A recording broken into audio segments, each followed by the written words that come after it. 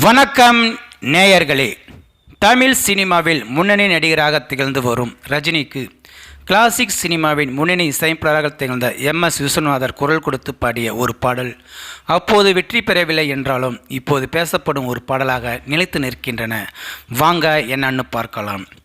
இந்திய சினிமாவின் முன்னணி இசையமைப்பாளராக திகழ்ந்தவர் தான் MS விஸ்வநாதர். இசையமைப்பாளர்களிடம் உதவியாளராக இருந்து எம்ஜிஆர் நடித்த ஜெனோவா படத்தின் மூலம் இசையமைப்பாளராக அறிமுகமான இவர் தனது குருநாதர் சுப்பையா நாயுடு இறந்த பிறகு அவர் ஒப்புக்கொண்ட படங்களுக்கு தனது நண்பரான ராமமூர்த்தியுடன் இணைந்து இசையமைத்திருப்பார்.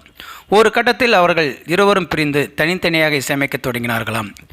எம்ஜிஆர், சிவாஜி உள்ளிட்ட முன்னணி நடிகர்களுக்கு தனது பாடல்கள் மூலம் கிட் கொடுத்த MSV கவிஞர் வாலிக்கு பல படங்களில் வாய்ப்பு கொடுத்து அவரின் முன்னேற்றத்திற்கு உறுதுணையாக இருந்துள்ளாராம்.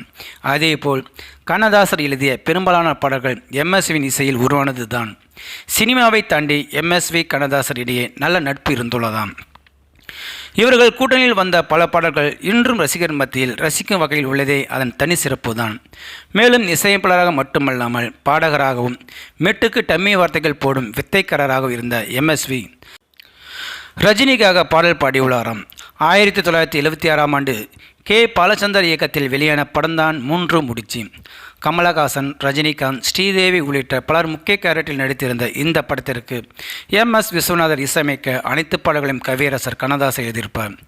இந்த படத்தில் வரும் பாடல் வசந்த கால நதிகளிலே வைரமணி நீரலைகள், வசந்த கால நதிகளிலே வைரமணி நீரலைகள், நீரலைகள் நீரினிலே நெஞ்சில் ரெண்டும் நினைவலைகள், நீரலைகள் நீரினிலே நெஞ்சில் ரெண்டும் நினைவலைகள், நினைவலைகள் தொடர்ந்து வந்தால் நேரமெல்லாம் கனவலைகள்,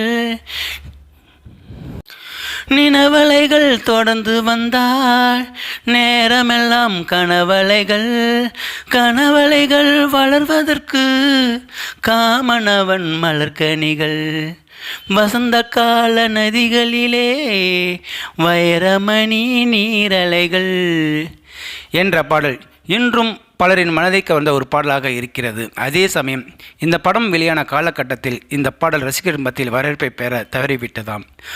படம் தியேட்டரில் ஓடும்போது இந்த பாடலில் பலரும் எழுந்து வெளியில் வந்து பாடல் முடிந்தவுடன் மீண்டும் தியேட்டருக்கு வெளியே சென்றுள்ளார்களாம். இந்த பாடல் இப்போது பலராலும் ரசிக்கப்பட்டு வருகிறது. இந்த பாடலை ஜெயச்சந்திரன், வாணி ஜெயராமுடன் இணைந்து MS விஸ்வநாதர் ரஜினிக்கு பாடியிருப்பார். இப்போது இருக்கும் குரல் இல்லாமல் வித்தியாசமான குரலில் பாட வேண்டும் என்ற இயக்குனர் K. பாலச்சந்தர் கூறியதைத் தொடர்ந்து MSV தனது குரலை மாற்றி பாடியதாக அவரது மகன் தனது பேட்டியில் கூறியுள்ளாராம். ஸோ நேயர்களே, இந்த வீடியோ பார்த்துருக்க நீங்கள் வீடியோ பிடிச்சிருந்தால் லைக் பண்ணுங்கள், ஷேர் பண்ணுங்கள். வீடியோ பற்றின கருத்துக்களை கமெண்ட் பாக்ஸில் கமெண்ட் பண்ணுங்கள். அப்படியே பக்கத்தில் பெல்ஸ் மேலே கிளிக் பண்ணுங்கள். அப்போ தான் நான் போகிற வீடியோ அடிக்கடி வந்து ரீச் ஆகும். மறக்காமல் சேனலை சப்ஸ்கிரைப் பண்ணுங்கள். தேங்க்யூ, வணக்கம்.